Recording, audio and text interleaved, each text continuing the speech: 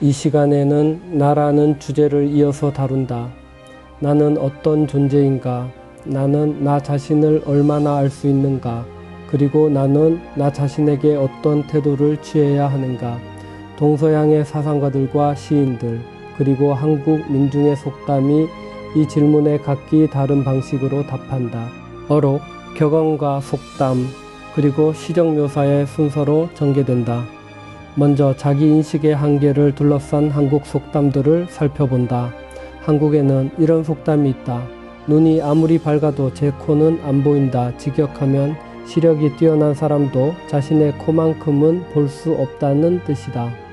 함축된 의미는 분명하다. 사람은 제 아무리 똑똑하다 하더라도 제 자신을 잘 모른다는 것이다.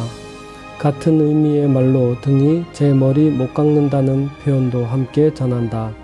눈의 기능을 지식이나 판단력으로 취한하면 이 속담은 자기 인식의 구조적 불가능성을 지적하는 것이 된다.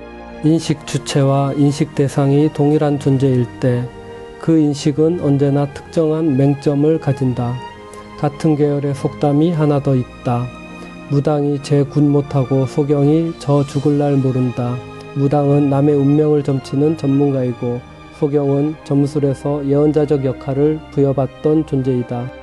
그런데 바로 그 전문가들이 자신에 관한 일만큼은 보지 못한다.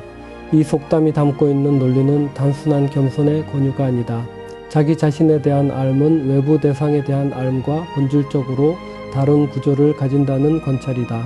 타인의 일을 판단하는 눈이 자신의 일에는 작동하지 않는다. 이것은 능력의 문제가 아니라 관계의 문제이다. 자기 인식의 어려움은 자기 표현의 문제로도 이어진다. 출처가 회타나로 기록된 서양의 한 문헌에는 이런 말이 전해진다. 자기에게 대해서는 좋게도 나쁘게도 말하지 말라. 가령 좋게 말을 하겠다. 남들은 믿지 않을 것이며 또 나쁘게 말하면 사람들은 당신이 말한 이상으로 당신을 나쁘게 생각할 것이다. 제일 좋은 것은 자기에게 대해서는 아무 말도 하지 않는 그것이다. 나는 공손하다고 스스로 말하는 자는 결코 공손하지 못하다. 나는 아무것도 모릅니다 하고 말하는 자는 모든 것을 잘 알고 있는 자이다. 나는 무엇이나 다 잘 알고 있습니다 하고 말하는 자는 거짓말장이다. 그저 아무 말도 하지 않고 있는 자가 제일 현명하고 제일 훌륭한 인간이다. 이 문장들은 자기 엄표의 역설을 다룬다. 스스로에 대해 말하는 순간 그 말은 말하는 내용과 정반대의 인상을 만들어낸다. 공손함을 주장하면 오만해 보이고 무지를 주장하면 지혜로워 보이며 지식을 주장하면 거짓으로 들린다. 이 역설의 핵심은 자기에 관한 진술이 외부의 시선을 경유해야만 의미를 얻는다는 데 있다. 결국 자기에 대한 최선의 발언은 침묵이라는 결론이 도출된다. 한국 속담 하나가 이와 다른 각도에서 자기 인식의 문제를 건드린다. 부엉이 소리도 제 듣기에는 좋다. 부엉이의 울음소리는 일반적으로 듣기 불편한 소리로 여겨진다.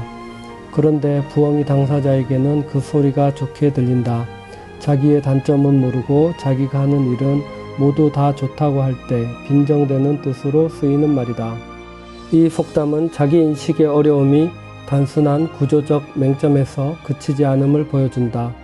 자기 평가에는 체계적인 편향이 작동한다. 자신에 관한 것은 더 좋게, 더 아름답게 들리도록 지각이 조율된다. 이제 카미의 관점으로 넘어간다. 카미는 작가수첩에서 이렇게 썼다.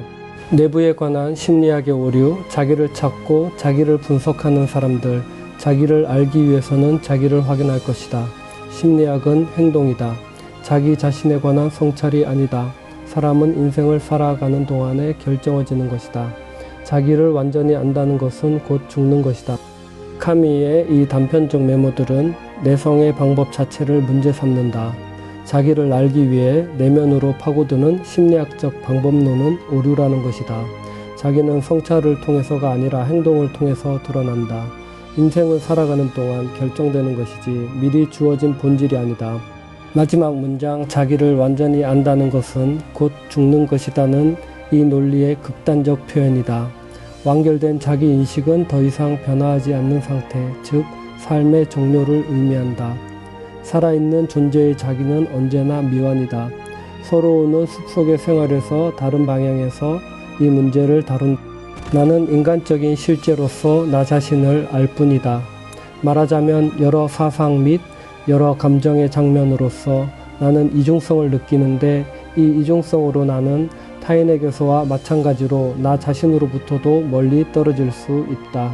나의 경험이 아무리 강렬하더라도 나는 나의 일부분이면서 나의 일부분이 아닌 것처럼 나의 경험에는 참견을 하지 않는, 그러나 그 경험을 주시하는 방관자인, 즉 이것은 당신이 아닌 바와 같이 나도 아닌 일부분이 존재하며 비평하는 것을 나는 의식한다. 서로가 기수라는 것은 자기 내부의 이중 구조이다. 경험하는 나와 그 경험을 관찰하는 나가 분리되어 있다. 이 방관자적 시선은 자신의 경험 앞에서도 거리를 유지한다. 연극에서 감동을 받으면서도 현실의 사건 앞에서는 감동받지 못하는 역설적 상황이 이 이중성에서 비롯된다. 서로는 이 이중성을 자기 소외의 증거로 보지 않는다. 오히려 그것은 나 자신을 객관화할 수 있는 조건이자 타인과 동등한 거리에서 자신을 바라볼 수 있는 가능성이다. 사르트르는 실존주의에서 이렇게 말한다. 우리들은 늘 자기 자신에게 반문하지 않으면 안 된다. 만약 세상 사람들이 다 그렇게 하려 한다면 어떻게 된 것인가 하고, 이 문장은 자기 성찰의 윤리적 차원을 제시한다. 자기 자신에게 묻는 행위는 단순히 내면을 탐색하는 것이 아니다. 그것은 자신의 행위와 선택이 보편적으로 적용되었을 때 어떤 결과를 낳는지를 상상하는 작업이다. 사르트르의 실존주의에서 인간은 선택을 통해 자신을 만들어가는 존재이며 그 선택은 동시에 인류 전체에 대한 선택이기도 하다. 자기 반문은 그러므로 개인적 행위가 아니라 사회적, 윤리적 행위이다. 카네기는 자기 사랑이라는 실천적 주제를 다룬다. 자기를 사랑하는 법을 배우기 위해서는 자기의 결점에 대한 관용을 기르지 않으면 안 된다. 그렇다고 자기의 인생의 기준을 낮추든가 최선의 노력을 게을리해도 좋다는 말은 아니다. 단지 우리들 자신을 포함하여 누구든 항상 100% 훌륭할 수는 없다는 점을 이해하는 것이다. 타인에게 100%의 인격을 기대함은 물론 부당하다. 자기에게 그것을 기대함은 전방진 독선이다. 카네기의 이 발언은 자기 사랑을 자기 방종과 구별한다. 기준을 낮추는 것이 아니라 불완전함을 사실로 인정하는 것이다. 타인에게 완벽함을 요구하는 것이 부당하듯 자기 자신에게 완벽함을 요구하는 것도 독선이다. 여기서 독선이라는 표현이 주목된다. 자기에 대한 과도한 기대는 단순한 착각이 아니라 도덕적 오류로 규정된다. 한국 속담 하나가 자기 이익의 문제를 다룬다. 부처님 위하여 불공하나 제 몸 위에 불공하지. 불공은 부처에게 복을 비는 행위이다. 표면적으로는 부처를 위한 것처럼 보이지만 실제로는 복을 받을 자신을 위한 행위이다. 남을 위하는 것 같지만은 실상 사람이 하는 모든 일은 결국은 자기를 위하는 것이라는 의미이다. 이 속담은 인간 행위의 동기에 관한 냉정한 관찰이다. 이타적으로 보이는 행위조차 자기 이익의 구조 안에 있다는 것이다. 이것은 냉소적 단언이기도 하지만 자기중심성을 인간 본성의 사실로 수용하는 현실주의적 관점이기도 하다. 펩트는 자기 자신으로 살 것을 촉구하는 관점에서 이렇게 말한다. 당신이 당신으로서 이 세상에서 지니고 있는 것을 잘 이용하라. 자기 몸에 맞지 않는 욕망에 이끌리는 것은 치수가 안 맞는 남의 의복을 빌려 입고 싶어 하는 거나 다름없다. 당신에게는 당신의 노래가 있다. 그대의 노래를 발견할 때 그대는 행복하리라. 자기의 몸과 마음과는 딴판인 다른 어떤 사람이 되려고 하지 말라. 그것은 불행의 시초이다. 펩트는 자기 인식의 문제를 자기 실현의 문제로 전환한다. 남의 욕망을 자신의 것으로 착각하는 것은 치수가 맞지 않는 옷을 억지로 입는 것과 같다. 여기서 당신의 노래라는 표현은 각자에게 고유하게 주어진 능력과 방향을 가리킨다. 그것을 발견하고 따르는 것이 행복이며 그것을 외면하고 다른 사람이 되려 하는 것이 불행의 시작이라는 논리다. 네루는 자기 정체성의 혼종성이라는 측면에서 이렇게 말했다. 나는 어디 가나 어울리지 않고 아무 데를 가나 편한 곳이 없는 동양과 서양의 이상한 혼합체가 되었다. 이 문장은 두 문화권에 걸쳐 살아온 존재의 자기 인식이다. 동양에도 서양에도 완전히 속하지 못하는 상태. 이 혼합체로서의 자기는 어느 곳에서도 편안함을 얻지 못하는 결핍이기도 하지만 동시에 어느 한쪽의 시선에 포획되지 않는 위치이기도 하다. 자기 정체성이 단일하지 않을 때 그 불확정성 자체가 자기의 내용이 된다. 마지막으로 두 편의 시가 자기를 언어로 포착하려는 시도를 보여준다.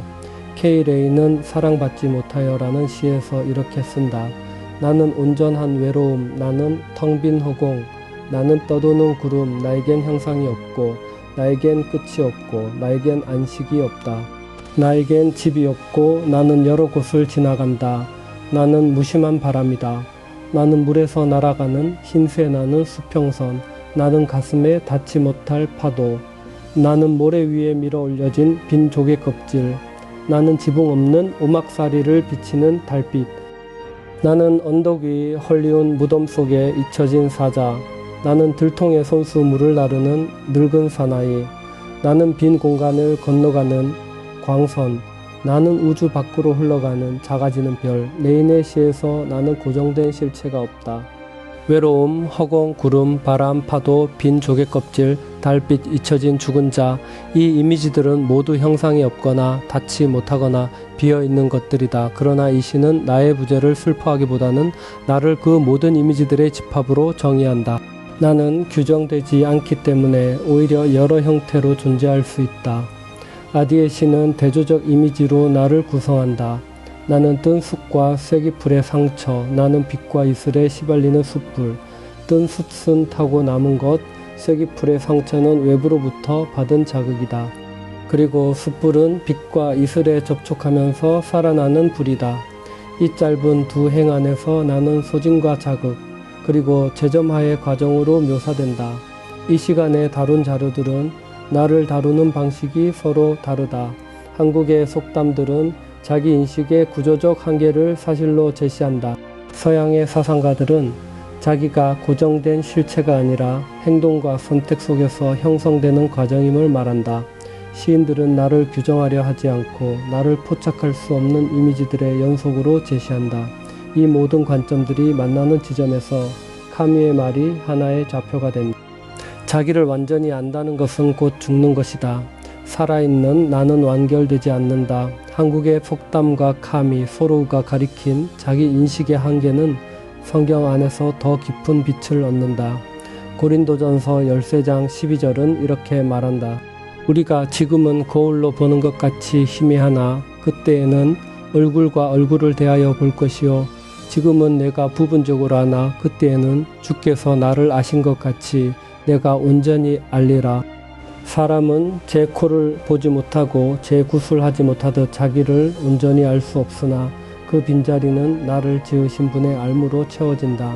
살아있는 나가 미완인 까닭은 결함이 아니라 나를 먼저 아시는 이 앞에서 비로소 온전해질 자리이기 때문이다.